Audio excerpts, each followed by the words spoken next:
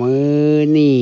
จากกสิมารีวิวไปลองหาเก็บเห็ดตามป่าตามภูเขาเห็ดขอนหมายลือว่าบ้านจอยเอิญเห็ดกระด่างเผื่อเห็ดแนวกินครั้งแรกของปีทุกคนเบิ่งเด้อซึ่งวันนี้ก็คือจะต้องมาแล้วหาเก็บเห็ดเก็บแนวกินอยู่ในป่ามาเห็ดแนวกินให้ทุกคนเบิ่งคือเก้าช่วงนี้ก็มีแต่เห็ดคลิปแนวกินนี่แหละปกตินะแล้วสำหรับการให้คลิปแนวกินนี่ก็คือจะเป็นวิถีชีวิตของจอยเองในแต่ละมือไทยทอดออกมาให้ทุกคนเบิ่งแบบนี้นะสำหรับผู้ใดที่อยากรู้ขั้นตอนของจอยว่าจะไปเก็บเห็ดอยู่ใส่มาหรือว่าไปเก็บเห็ดอยู่วันใดก็เกี่ยมครับชมคลิปเต็มคลิปงามกันเลยเด้อทุกคนว่าจะไปเก็บน้ำอยู่ใส่ไปเบิ่งกันเลยสบายดีทุกคนมื้อนี้ก็คือจะไปหาแนวกินตามฤดูกาลให้ทุกคนเบิ่งเด้อก็คือมื้อนี้จอยจะเข้าป่าเพื่อไปหาเก็บเห็ดมาเห็ดแนวกินให้ทุกคนเบิ่งเด้อก็คือจะต้องไปหาเก็บเห็ดช่วงนี้มันเห็ดกระด่างเริ่มออกแล้วอยู่บ้านจอยพอแต่เขาฤดูหอนตอนไหนแล้วก็คือจะเป็นฤดูที่เห็ดกระด่างออกนะทุกคนเห็ดกระด่างมันจะออกตามขอนหมายอยู่ในป่าในห้วยอย่างแบบนี้จอยก็ลองไปเลาะหาเบิ่งอยู่ในห้วยแล้วจอยเห็นเห็ดกระด่างจอยก็เลยต้องกลับมาเถียงนาเพื่อถ่ายคลิปให้ทุกคนเบิ่งเพื่อไปเก็บเห็ดให้ทุกคนเบิ่งทุกคนจอยมาเห็นอยู่ในขอนใหม่วันนี้อยู่ในป่าด้วยทุกคนเห็ดกระด่างมันออกอยู่นี่เดี๋ยวจอยสิพามาเบิ่งในเห็ดกระด่างก็คือจะเป็นแบบนี้เด้อจะมีทั้งสีแบบว่ามันส่วนหลายเห็ดกระด่างอยู่วันจอยเป็นเห็ดสีขาวโดยจอยโพสต์อันฮูปไปหลายคนก็บอกว่าโมเมนต์บ่เห็ดกระด่างเห็ดขอนซื่อๆเห็ดกระด่างมันจะเป็นสีน้ำตาลจังสีคืออันนี้อยู่บ้านจอยเอิ้นเห็ดกระด่างเลยทุกคนเอิ้นเห็ดขอนก็ได้หรือเห็ดกระด่างก็ได้แต่ว่าบ้านจอยมันจะเอิ้นเห็ดกระด่างเลยทุกคนบางบ่อนนี่ก็จะเป็นสีขาวแต่ว่าบางบ่อนก็จะเป็นสีเทาน้อยนึงบางบ่อนก็สีปนดำน้อยนึงแบบนี้แล้วแต่สภาพอากาศหรือว่าบ่อนที่มันอยู่หรือว่ามันออกตามขอนใหม่แบบนี้นะทุกคนแต่ว่ามันเห็ดกระด่างมันก็บ่แม่นว่าจะมีทุกแบบเห็ดขอนใหม่ก็บ่แม่นว่าจะมีทุกชนิดที่กินได้ทุกคนจะมีทั้งชนิดกินได้แล้วก็กินบ่ได้แต่ว่าเห็ดกระด่างนี่จอยหูดีเลยเพราะว่าจอยเป็นคนในพื้นที่แล้วจอยก็แบบมักหาเก็บเห็ดขอนอยู่แล้วนะทุกคนแต่หลังจากนี้แกเก็บเห็ดกระด่างมากระจายทั้งเห็ดสนุนพร้อมทุกคนแล้วก็เห็ดกระด่างพร้อมเห็ดกระด่างคือออกหลายแห้งมาเก็บมื้อนี้คือเก็บไปแต่แป๊บเดียวคือได้หลายแห้งแล้วก็มีแต่ขอนเดียวนี่ที่จอยมาเก็บคือได้หลายแห้งเลยแล้วทุกคนอันนี้คือจะเป็นเห็ดกระด่างเด้อ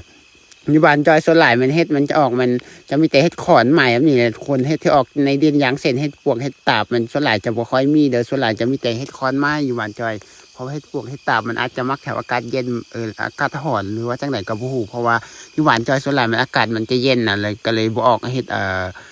พวกเห็ดตาบบ่ค่อยมีส่วนใหญ่จะมีแต่เห็ดขอนใหม่แบบนี้แหละทุกคนหลังจากนี้ก็คือเก็บไปเก็บมาผ่านไปโดนสักพักหนึ่งก็คือได้พอแล้วทุกคนโมเมนต์พอดอกมันมืดแล้วนี่นะสำหรับเห็ดนะต่อมาจอยก็จะต้องมาเกี่ยมหาเอามาแข็งนำเพราะว่าจอยจะไปเห็ดที่จอยไปมันจอยจะไปแกงเลยทุกคนเนื่องจากว่าจอยว่าจะไปหมอกใส่ไข่แต่คือช่วงนี้จะไปตกไก่อยู่นาจอยมันบวกไข่เลยทุกคนเพราะฉะนั้นจอยก็เลยว่าเอาไปแกงกินดีกว่าแต่ว่าก่อนจะไปแกงเราก็ต้องมาหาเครื่องปรุงเพิ่มก็คือต้องหามะแข็งก่อนทุกคนมะแข็งก็เป็นมะแข็งป่าเดี๋ยวเราได้ปลูกเด้อหลังจากเอามะแข็งแล้วต่อมาก็เป็นผักเหม็นนี่มันเราได้ปลูกเด้อทุกคนเพราะว่าคันว่าเฮาบ่อยากปลูกแนวหากินตามป่าก็ได้ผักเหม็นแต่ว่าไปหาในป่ามันไกลบางเกือไปกับบ่ได้เพราะว่ามันอยู่ในป่าเป็นของส่วนรวมผู้ใดอยากกินละเอาแบบนี้แต่เฮามาปลูกแบบนี้เป็นของส่วนตัวเฮาอยากกินเฮาก็เอาแบบว่าเป็นของครอบครัวนี่มันก็คือว่ามีให้กินตลอดแบบนี้ทุกคนมันคือบึดบ่อยากเขาไปหาในป่าบางมือก็ได้บางมือก็บ่ได้แบบนี้นะเพราะว่ามันเป็นของส่วนรวมหลายคนในหมู่บ้านผู้ใดอยากกินเราไปเก็บแบบนี้นะต่อมาจอยกันรอหาเก็บผักอีเลิศแต่ทุกคนผักอีเลิศคือแบบมีหลายแห้งอยู่เรียบนาจอยน่ะคือแบบว่าโค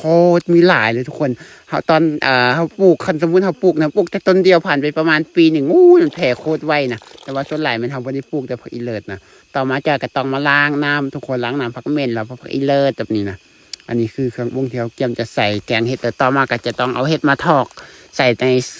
เครื่องแล้วก็จะเลือกเอาแยกออกทุกคนเพราะว่าจอยจะเอาส่วนหนึ่งก็คือจอยจะมาแกงส่วนหนึ่งจอยกับมันจะเอากลับไปเฮือนไปให้แม่เฒ่าหรือว่าไปให้แม่อยู่เฮือนให้ข้าเจ้าเฮ็ดกินอยู่เฮือนเขาเช็ดหยังก็แล้วแต่เขาแต่ว่าจอยจะมันเอาแต่น้อยเดียวด้วยทุกคนจอยมันจะเอา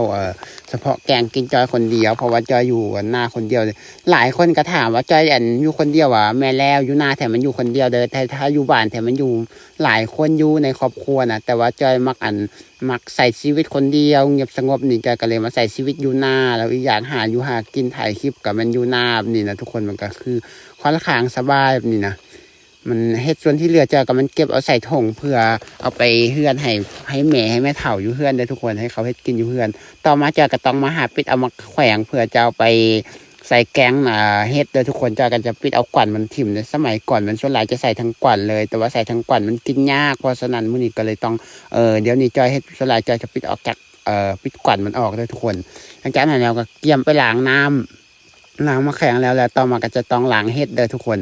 น้ำนี่หลายคนก็ถามว่าเป็นน้ำเอามาแต่ใส่ก็คือเอามาแต่ภูเขาสูงเด้อทุกคนมันมีเอาสายน้ำไปต่อในภูเขาสูงแล้วก็ปล่อยในแท้งนาก็เลยมีน้ำใส่ตลอดแบบนี้นะต่อมาก็เอาหม้อมาไว้แล้วก็เอาบ่แม่นเอาหม้อมาไว้เอาหม้อลงมาแล้วก็เอาน้ำใส่เอาเกลือใส่แป้งนัวใส่แล้วก็ปลาแดกใส่น้อยนึงแล้วก็จะเอามักเพชรใส่แล้วก็จะเป็นข่าแล้วก็ผักบัวแล้วก็จะเป็นข้าวสารใส่น้อยนึงแล้วก็แล้วทุกคนเตรียมไปข้างหม้อเลยอันนี้คือเตรียมจะแกงเห็ดเด้อก็คือหลังจากดังเอาหม้อข้างแล้วก็พยายามดังไฟใส่เรื่อยๆดังไฟใส่จนกว่ามัน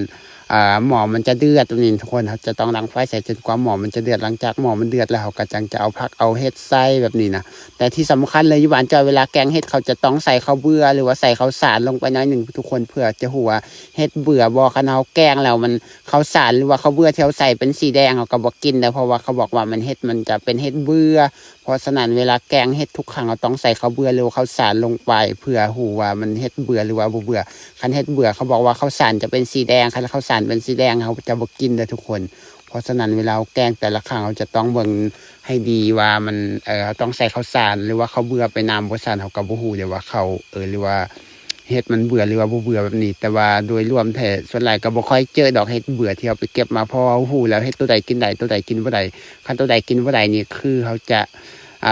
ฮู้ทุกคนแบบนี้นะเขาอยู่แบบมาตั้งแต่น้อยจนใหญ่เขาก็ฮู้แบบนี้ยังกินได้ยังกินบ่ได้แบบนี้นะหลังจากแนวกินสุกแล้วต่อมาจะก็ต้องตักใส่ถ้วยเพื่อกินเลยเด้อทุกคนเฮ็ดแนวกินตอนเที่ยงเฮ็ดเองกินเองแซ่บบ่แซ่บก็คือแซ่บแบบนี้นะทุกคน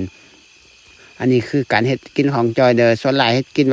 บบง่ายๆแบบนี้เวลาแกงผักคืออย่างว่าเลยทุกคนแกงผักแกงอย่างแบบนี้ส่วนหลายจะเป็นผักสดถ้าว่าแกงซีนหรือว่าแกงเหนือมันจะใส่ผักน้ำแบบนี้นะคือแบบอยู่กินแบบว่าแบบชีวิตหาเสากินค่ำมันกินเพื่ออยู่อย่างเดียวเดี๋ยวบ่ได้อยู่เพื่อกินเด้ออยู่เพื่อกินกับชีวิตแต่นั่งนอนทานแต่กินแต่ว่ากินเพื่ออยู่นี่ก็กินเพื่อเอาชีวิตหลอดไปวันๆแบบนี้นะเพื่ออนาคตเป็นชั่วมือแบบนี้นะกินเพียงแต่ว่าอิ่มแล้วก็นอนหรือว่าอยู่แบบนี้นะเฮ็ดเวียกไปต่อไปแบบนี้แล้วสำหรับคลิปตัวนี้จอยก็จะขอจบสำนี้ด้วยทุกคนสำหรับผู้ใดมักบางคลิปแบบนี้ก็อย่าลืมกดไลค์กดแชร์กดติดตามให้จอยเด้อเพื่อเบิ่งคลิปต่อไปสำหรับคลิปนี้ขอจบสำนี้ไว้แล้วก็ไปบายพบกันใหม่คลิปหน้าเด้อ